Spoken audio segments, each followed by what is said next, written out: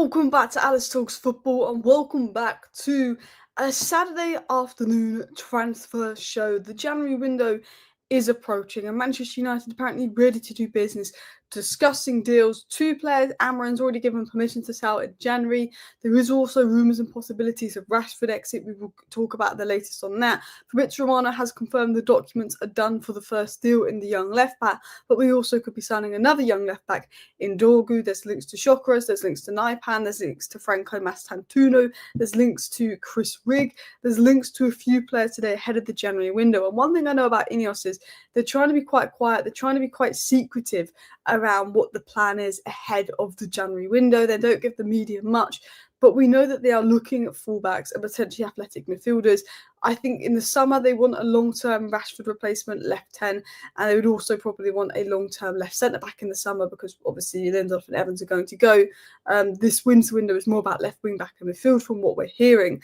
Now, interestingly, Morgan Rogers today absolutely destroyed Manchester City. Wouldn't be shocked if we were looking at him or a João Pedro or a Cunha type. I think they would work really well under Amorim. Obviously, Kirkes, Dorgu among the left wing-back situations. But before we talk about that, let's just laugh at Manchester City. 1 win in 12. And Villa absolutely destroyed them. Even Ten Hag went to Villa Park and got the most boring 0-0 ever.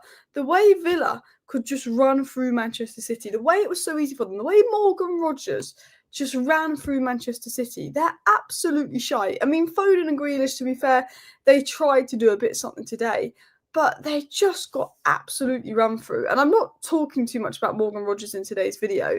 I've always been, because I'd seen more of them, I've always been more of a Cunha, João Pedro girly.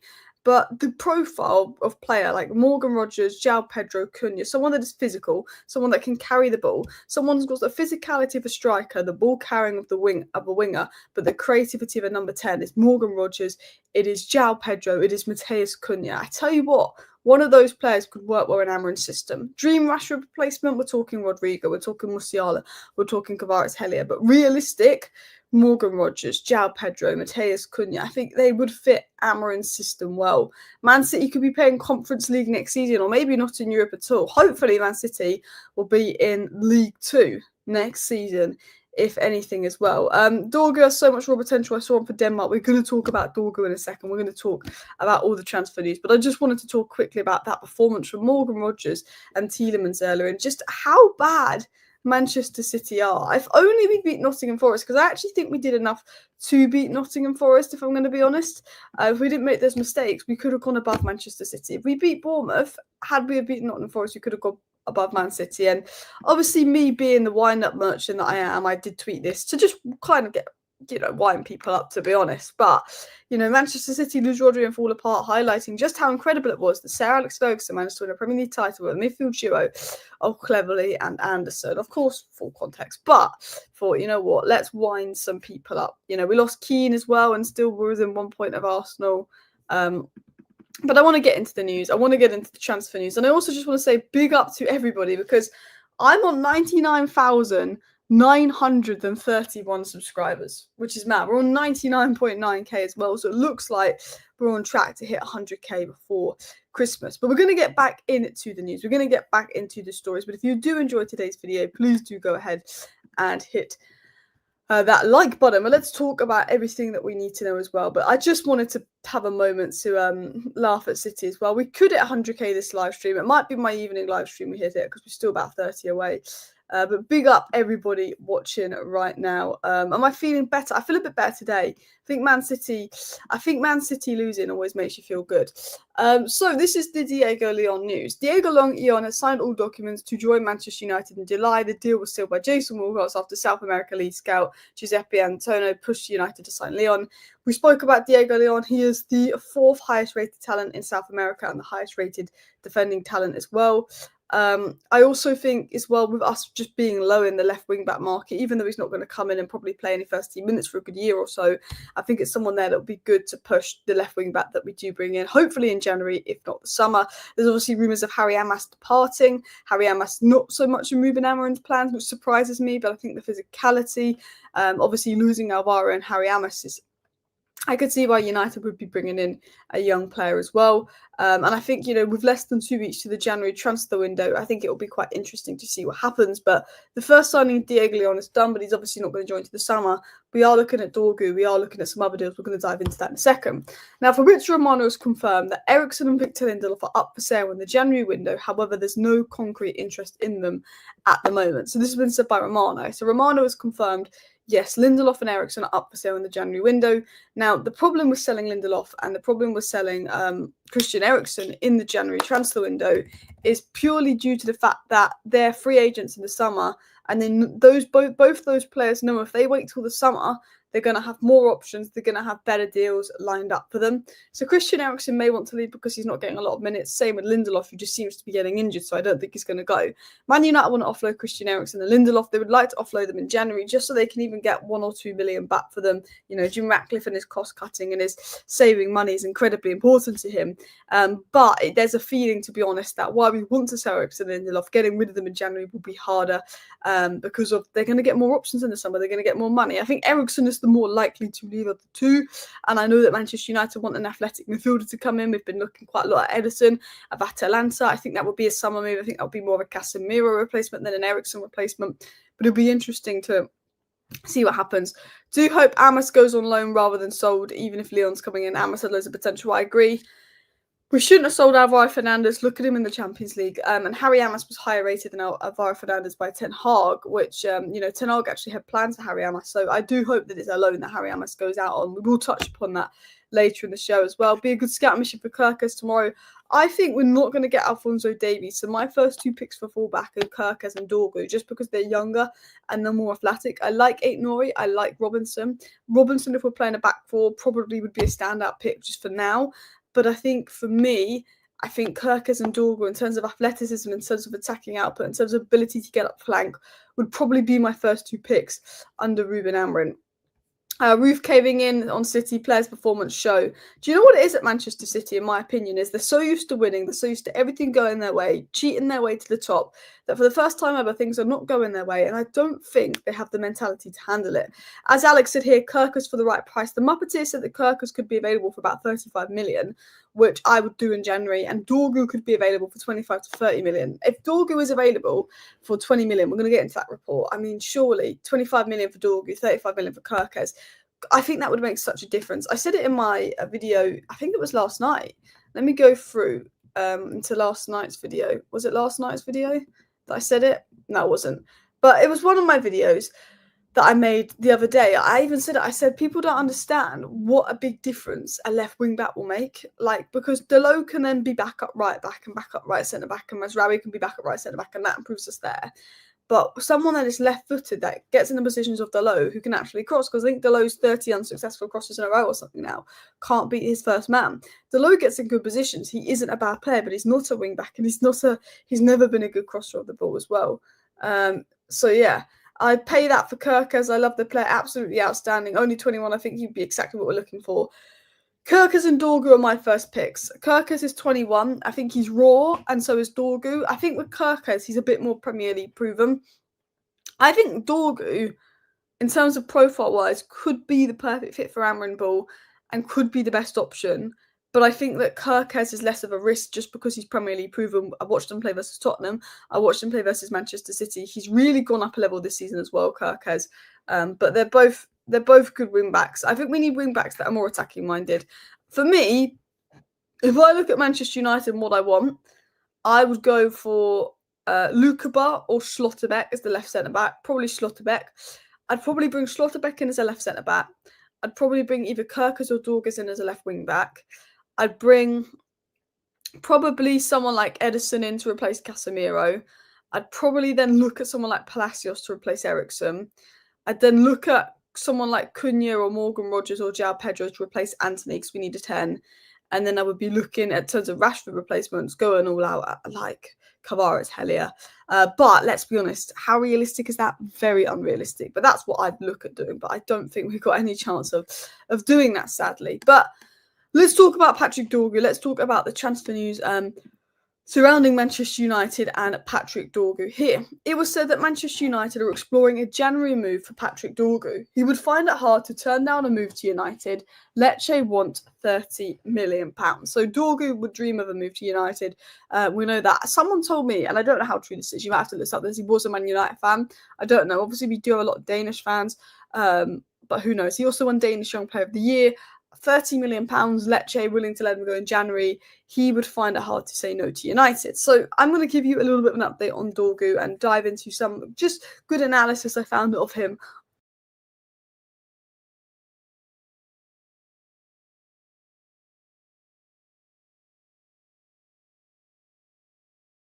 Oh, I'm back. I accidentally somehow exited the studio. Sorry. I don't know what happened there. I was fuddling around. I've got a new laptop, so I'm just probably getting used to the keys. And I swiped my trackpad and it swiped me out. So I'm just getting used to new laptop and new keys as well. So I do apologise for that. But I went on Twitter because I didn't have enough time to type because I was watching the Man City game. And I found, some of the best little bits of analysis on Dorgu to give us a little bit of insight onto the player and the type of player that he could be as well. So do apologise for swiping out there. It's like Tinder. Gone. But on Dorgu, so plays for a Lecce, left back, left wing back, left mid, very attacking minded. He's very versatile, very attacking minded. Also 6'2", which brings a bit of height and physicality there as well to the left side. Strengths, physicality, need that. Dribbling, need that. Press resistance, need that. 1v1s, need that. Speed, need that. Duels, need that. Development areas, decision making, that is obviously a problem with a lot of players because of the squad being young, and the weak foot, which again, 2-footed is good, but if he's playing on the left, swinging in first time crosses. We need someone that is physical, we need someone that's a carrier, we need someone with athleticism, we need someone that's speed, 1v1, dueling, but also someone that is a good crosser. And I think you get that in Dorgu. As H said here, I like these names, but I love Patrick Dorgu for an Amorim team. I've watched him play in so many different positions so well. Could easily play both sides of wing back, fill in as a wide centre back too. Big frame, monster carrier, addresses the physical flooring, and is technically refined. For me, Alphonso Davies is first choice, but it's not going to happen. I've got to be realistic about that as well. It would be between Kerkez and Dorgu. I think Dorgu's versatility in Amorim's ball could be really good as well. Someone said, correction, Dorgu is 20, not 18. I think that thing is a year old, by the way. That report I got there as well. Someone said, let's talk about Derek Cohn. He's the most effective left back. I mean, he's not been linked to Manchester United, so that's why I haven't really spoken about him. I haven't really. I know he's been doing all right in the Bundesliga for Werder Bremen, but again, I couldn't tell you a lot about him. If we get linked to him though, I will do some research as well. Left wing back has to be ready-made. Kerkez is at least doing it in the Premier League, so young. I agree. Obviously, when it was Ten Hag in charge, I would have said Anthony Robinson because he was ready-made. But I think with Amorim, I'm thinking longer-term fit now as well. Dorgu's great. He's very raw. 18, just buying potential is a massive risk. Yeah, worth it could. Yeah, the thing with Dorgu is he's probably a risk, but he could be really worth it if it works out because we've got a lot of young raw players. Going with Kerkez or Alphonso Davies or Ait Nouri, you know what you get. Whereas Dorgu is more a risk, and we've already got a lot of young players. But I also look at it and I think, but what he could be better than all of the others, and he could be the best fit for Amorim's system. But do we play it a bit safer with Kerkez being PR proven? Robinson's more suited to the back four, otherwise worth a look. Exactly. If we played a back four, I would have gone for Robinson. And this is what Chelsea accounts said on Dorgu when they were linked to him. Dorgu, what a ridiculous footballer. The level of care he places in his passes is that of a midfielder. The way he shields the ball around pressure and takes contact is better than most midfielders. Notice how the contact does not mess up his first touch, etc. The ingenuity he possesses. Learning how to beat players two-way, more so on separation, which will benefit him most as a fullback, can shoot the ball in attack space. Brilliant 1v1, ultimate fullback is what Chelsea fans have said about Dorgu. And I think he's just someone that can pass the ball, that can carry the ball, that can shield the ball well. I think that is something that you want in the player. We're going to talk about Harry Maguire and potential exit. Now, I have no issue with Harry Maguire's contract being extended should he take a wage cut and not be playing and not be injured all the time, although he can't control the injury a bit. Because I do think Harry Maguire is very well suited to actually the system. of Amorim Ball being the central centre back. I think he's really well suited to it, but I think for his wages, I think for the fact that he's probably been here a while and his injury record, there is obviously obvious reasons for United to want to move him on. Now, I don't really want Maguire to leave on a free in the summer because I think that's too good of a player to lose on a free, especially because we paid 80 million for him. And I think he could be a good player under Amorim next season, but he's not had much luck with injuries as well.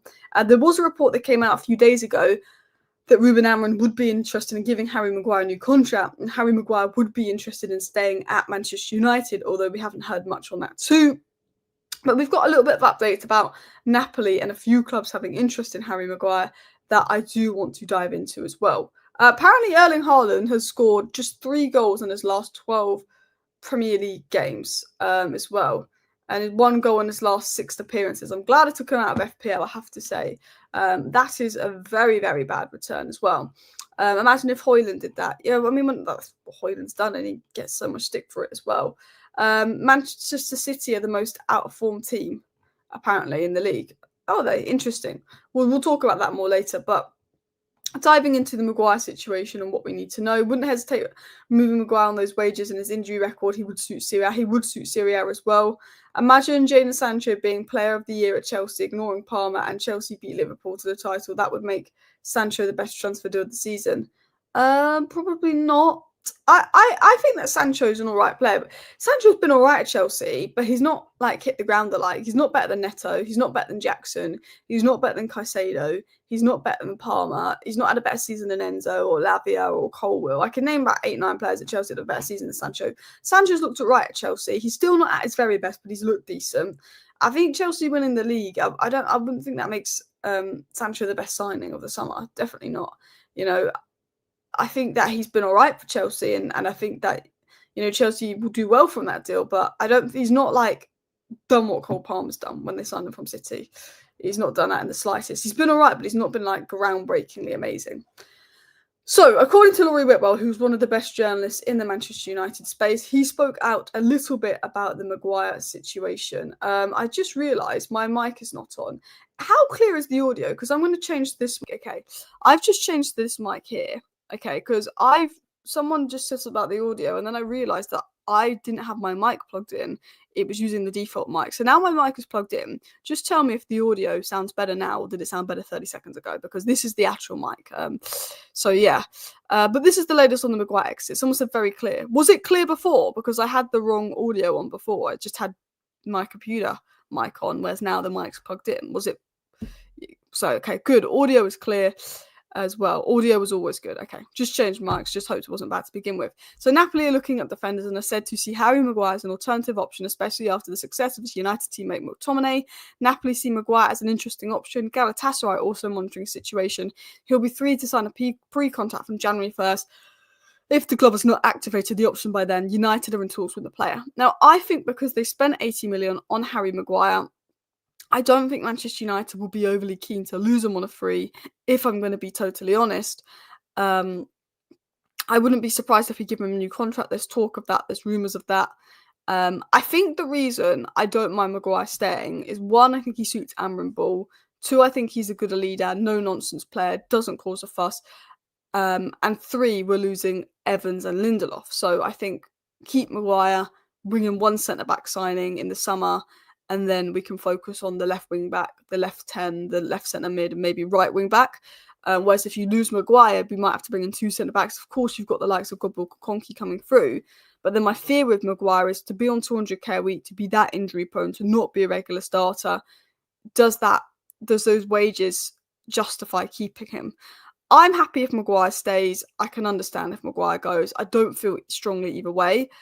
But I'm quite happy for Maguire to stay another year. It's just with his wages, I can understand if Ineos do not want that, especially with recent injury record, just because I know that Lindelof and Evans are going to go as well.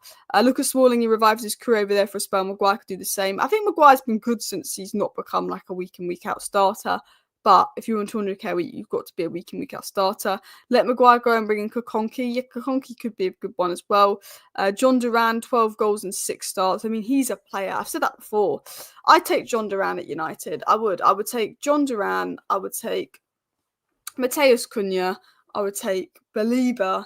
I take Kirkes, and I take Branthwaite if we're just talking Premier League sides. But we need to look outside the Premier League, obviously. Anthony should be used as left wing back instead of right wing back. Do you know what? The best role for Anthony at this club is left wing back. When he was in the front three versus Tottenham, he was disappointing. His cameos at wing back have been okay because he's not good enough in the final third. I would try Anthony at left wing back because the most frustrating thing about Anthony is he cuts in and shoots and it's wasteful. At left wing back, he'd be forced into crossing and he's a better crosser than Delo. Homegrown quota might be a factor in keeping him. Yeah, true. Would you take John Duran? I would take John Duran. Who wouldn't take John Duran at Manchester United? I mean, look, there's Jokeres, there's loads of strikers out there, but if you're talking John Duran and Cunha and Schlotterbeck and we bring in one of Dorgu or Kirkes, we'll go up an instant level. We'll obviously need another athletic midfielder, but that left-hand side would just be up a level. The physical flooring would be up so much. You just couldn't say no to that, could you? Alice, who would you sell in January? Lindelof and Eriksson. And I think Anthony and Casemiro United would have to be open to offers for. Potentially Marcus Rashford if it's a big offer. I'd love to see Marcus Rashford turn it around at United, but I just think his head's not in it as well. I think that's the problem. He was worried to take on the man versus Victoria Pleasant. He's now come out and said he's ready for a new challenge. It's going to be interesting to see what develops with Rashford over this next week or so. Most definitely. Big up everybody as well. We're 62 subscribers away from 100k on YouTube, which is absolutely mad. So big love to everybody watching as well. Let's dive in to this next story. So Barcelona have made an approach to sign Marcus Rashford from Manchester United. The source is transfer.com. Not the best source of information, if I'm going to be totally honest with you. They're like The Sun. They're like, what's the Tutto something, which is pretty crap. Although David Ornstein gave some updates on Rashford, and David Ornstein is quite good. He said the road is not easy and paid for Rashford's departure. Saudi sources say that Rashford is not a player who's being considered. The clubs, there may be clubs that like him, and he may have been offered by brokers. It's unclear if Rashford wants to go there. So David Ornstein is saying it's very unclear if Rashford wants to go to Saudi. I think if Rashford wants to go to Saudi, there'll be clubs there that would want him. A deal could be brokered. But it's very obvious Rashford doesn't want to go for Saudi, so Saudi aren't going to show that much interest in Rashford. Rashford wants to go to Spain if he leaves Manchester United. Arsenal and Bayern Munich reportedly have interest, but Rashford's heart would be in Spain. He would feel guilty going to another Premier League side as well. Our left side is terrible, to be honest. Some people are saying it definitely needs to improve. Left 10, left centre-back, left wing-back. That's the three key areas. Then we need a midfielder for legs. Then we need someone that's going to rotate with Højlund, because I think Xerxes is more of a 10 in the system anyway. Someone said Duran's better than Højlund. The only worry is, I think Højlund's a good player, and I think that people forget that Højlund lives off scraps, but I do think, and I do worry Duran comes in and he'll live off scraps, and then we'll say Duran's a bad player.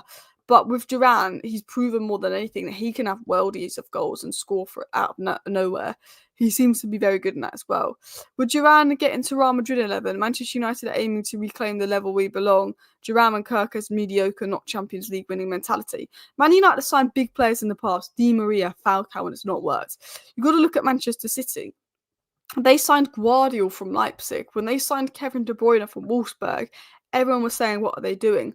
Gundogan from Dortmund at the time. John Stones from Everton. Jack Grealish from Villa, who hasn't hit the world a light. They don't sign world beaters of players. Diaz came from Portugal. It's not about signing already ready-made Galacticos. It's about building a team. Liverpool are going to run away with the Premier League this season. McAllister came from Brighton. Van Dijk came from Southampton. Alisson, did he come from Roma? Salah come from Roma, who was once at FC Basel. Firmino, when they won the league, came from Hoffenheim. Mane came from Southampton. Diaz has come from Porto. Gakpo's come from PSV. Jota came from Wolves. You look at Liverpool's side. Gravenberch came from Bayern, that'd be the bigger one. But he was out of form when they brought him as well. It's not about signing players that are gonna massive names or Real Madrid would be looking at them. It's about building a team. Look at Real Madrid now. They have Mbappe. They have Vinicius Jr. They have Rodrigo. They're not at their best, Real Madrid. They may have the best players in the world in nearly every possession, but they're not at their best because they haven't built a team. That's what I think. It's not about breaking the records and doing big deals.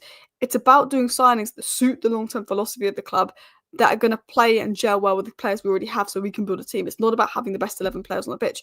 Under Ollie, we had Mason Greenwood on the right, Rashford on the left, and Ronaldo in the middle. And this is after Rashford's fantastic season under Ollie. We know what Greenwood was capable of, and Ronaldo was Ronaldo. And that front three was so disjointed. It's about the balance as well. Absolutely. We've got over 800 people watching, so big love to everybody in the chat right now as well. Do you think United will do any expensive deals? I think only £30 million deals in January. Maybe some are £50-60 million deals as well. We did have better luck with record-breaking deals years ago compared to more recently. If you look at the more recent record-breaking deals like Coutinho, Dembele, you look at some of the big deals that Barcelona have done as well, it's definitely not gone well for a lot of sides as well. Do you wish we signed Gravenberch? I wanted us to sign Gravenberch. I said that many times. I did want us to sign Gravenberch. Kudos, Gravenberch, the ex-Ajax players we could have signed, but 10 went for Anthony, eh? We got news on potential Rashford replacements. It was said that Victor Osimhen, Victor Gyökeres, Evan Ferguson, and Dusan Vlahovic and Kenan Yildiz are on Manchester United's list of replacements for Rashford. Interestingly, Rashford's a left 10. These are striker names. Interestingly, it has come from court offside. It's not the best source of information. It'll be interesting to see who United do look at, though, if Rashford leaves. Because if Rashford leaves, you've got to spend big. You've got to go out there and you've got to spend big if Marcus Rashford leaves. We have also been linked to Franco Mastantuono, a young midfielder. It was said that Manchester United are interested in signing River Plate midfielder Franco Mastantuono. The 17-year-old Argentine midfielder is highly rated across Europe and he's on the radar of multiple clubs. However, United are in no hurry to get the deals done and they're willing to monitor him. I think the problem with United is we need players that are ready now. It's great signing young players like Diego Leon and doing a Seko Kone and Obi Martin. They're great deals, but we also need players that are ready now. We need a left wing back that can walk in the side. We might need a midfielder for legs. We might have to look at replacing Rashford. There is talk of Rashford leaving in January. Even Naipan, there's talks of United pushing ahead on Naipan, but other sources are saying he's not a priority. Because as much as I like Naipan, as much as I like Franco Mastantuono, I think in January we need someone that's ready now. I think there's good young players available in January, but I think we need someone that is absolutely ready now to walk in that Man United starting 11, because I think Ruben Amorim has set us up to win versus Tottenham and set us up to win versus Forest, but individual mistakes let us down. We need improvements inside the players as well. Jack Grealish hasn't scored a Premier League goal in 370 games. That's 30 games played in that period as well. Someone said, do you think Pep would quit Manchester City? I don't know. I feel like he surely would want to end on a high as well.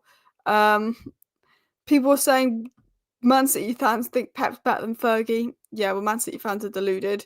Who would you like to see at Manchester United in terms of bringing in? I mean, in terms of replacing Rashford. As I said, Kvaratskhelia, Rodrigo, Musiala would be good. Even Marmoush. There's some good options out there that we could look at replacing Rashford with.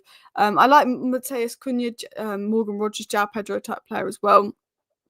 Naipan's better than Mastantuono and cheaper. A lot of people have said that. I think Naipan is ready. He's Rosenberg's first team, 15 goals and assists this season. He has been very good, Naipan. I think it's one of those that isn't a priority, but I think if it's one of those that we might regret missing out on if we do miss out on him. That's how I feel about that whole situation. Do you think City can get back on track? Yes, because they've got the players to do so, but I think it's the mentality. I think it's the absolute mentality. The annoying thing about it is that Arsenal have fallen off the season, City have fallen off the season, so Liverpool might walk away with the league, which I really don't want to see happening as well. I'm a Liverpool fan and I'm sincerely saying this. Why do Anthony get so much stick? Jack Grealish hasn't scored for a year. Because Man United is a bigger club than Man City, so if you write something about Man United that's negative, it's going to get more clicks. Oh, I just saw I got a super sticker. Thank you very much as well. That's what you got. Like, if Liverpool, Man United, and Arsenal, if they have a player that flops, it will get 10 times more attention than someone like City, because City don't have the fan base of United. They don't get the clicks that Manchester United get as well. Morgan Rogers be a dream is homegrown as well. That bring British tax like Branthwaite in summer when we wanted him. I think, Morgan Rogers and Branthwaite would be great signings, but the problem is when they're English, they're going to be 20 million more than they'd be if they were German and playing abroad. That's the thing. I like Morgan Rogers, but you almost need to find the Bundesliga Morgan Rogers, because Morgan Rogers, now Villa will want 70, 80 million for him. It'll be ridiculous. Pep could possibly bounce back. We did in the early noughties when we won title for 3 years in a row. Yeah, I mean, Pep can definitely bounce back. I think this is the thing. Either Man City are going to spend massive in January and they're going to bounce back, or they're going to struggle to spend massive in January because a lot of people might not go to City because of the court date, thinking, oh crap, they might get relegated. I think if Man City find out they're safe, they'll spend big in January. But if they don't find out they're safe, because we're going to find out in the next 2 weeks what's happening with the City Court case, beginning of January apparently. I think if they are not safe, I think then I don't know how they're going to get in January. Breaking news, according to Ekram Konar, Al Ali and Al Ittihad are planning to make a bid for Rashford. But as far as I'm aware, Rashford just doesn't want to go to Saudi. So I don't think that's significant news. But yeah, there's also news from Team Talk that apparently Amorim has a 3-man players shortlist. I don't believe this. Team Talk isn't reliable, by the way. But this was also news coming in from Team Talk. Now, they're not the most reliable, but apparently he's asked for Osimhen, Ario, and Dibbling. We'll have to keep an eye on that one.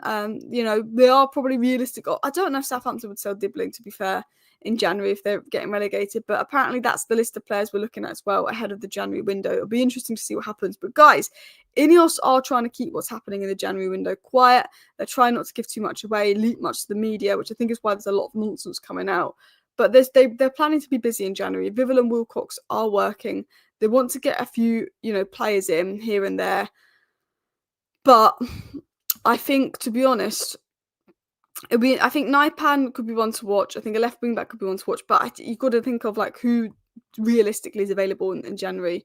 I think it's more the summer. Yeah, Team Talk is a bit of a clickbait source, to be honest. I think the summer will be bigger, but they do want to do business in January. They're keeping it quiet, but it'll be interesting to see what happens in these next few weeks. Anyway, I'm going to wrap up today's live show here. Big up everybody that's watching. Big up everyone that's showing support to the channel. We're 46 subscribers away as well from 100k, which is absolutely mad. So I'm going to go live tonight. So hopefully in my live stream tonight, we can hit 100k live. Big up everybody watching. See you tonight. Thank you for watching. Bye.